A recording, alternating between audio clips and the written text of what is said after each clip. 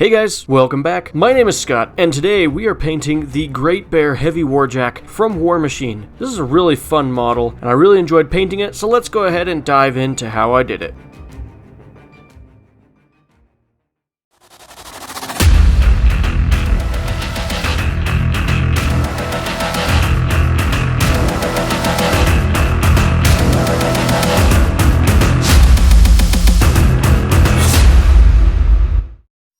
To get this model ready for painting, I've primed it using Leadbelcher spray primer from Citadel. Now this does serve as the base color for most of the model, so make sure that you get full coverage with this primer.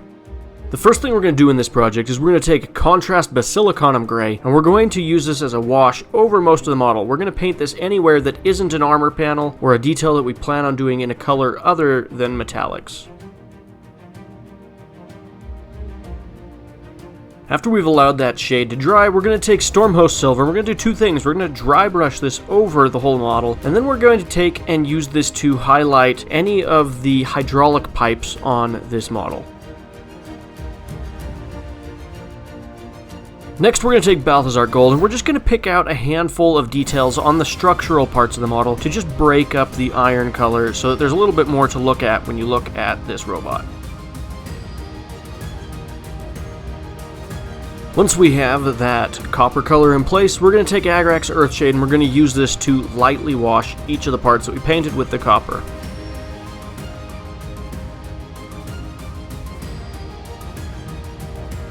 It's time to start working on the armor on the model. We're going to take Khorne Red and we're going to use this as the base color for most of the armor. However, anything that looks like it's meant to be a trim panel or a more decorative piece of armor, we're going to leave for later so we can do it in a different color. Once we have that red base color in place, we're going to take Carroburg Crimson, and we're going to do a pin shade using this color. That means we're only putting the shade in the recesses where we want it to appear darker.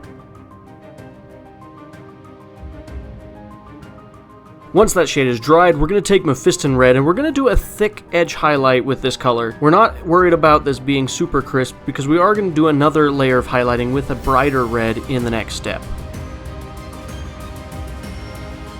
Now we're going to take Evil Sunz Scarlet, and we're going to do another layer of highlighting on the edges of the model, but this time we're trying to keep the lines thinner and crisper, and we're only catching the sharpest edges. It's time to work on all the other armor on the model. We're going to take Abaddon Black and use this as the base color for any armor panels that we didn't paint using the red color before.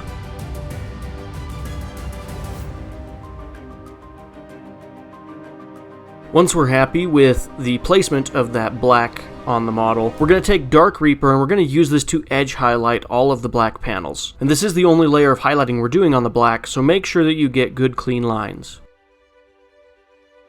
Now that we're done with the armor, we're going to take Averland Sunset and we're going to paint this in the visor of the model. This is meant to look like it's glowing or burning, and you'll see how we do that in the next step. We're also going to paint this yellow color in any of the vents on the model. Once we finish painting that yellow everywhere that it needs to go, we're going to take Cassandora Yellow and we're going to do a very heavy wash of this in all of those yellow parts of the model, and you might even need to do a couple coats of this to get the orange pigment to deposit in the recesses properly. Our next step is to take copper from Pro Acryl, and we're going to use this to paint the smokestacks that are on the top of the model, as well as any other details that we want to pick out in this color. In my case, I painted some of the vent covers on the structural parts of the model using the same color. We're also going to take Retributor Armour, and we're going to paint these small armor panels that appear under the main armor on the shoulder, over the main joint.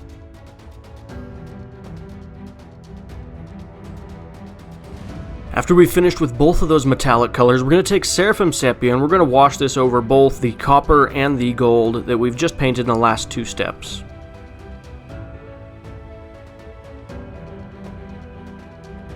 After we've allowed that shade to dry, we're going to take Gahennas Gold and we're going to layer this over the center of the armor panels that are located on the shoulders.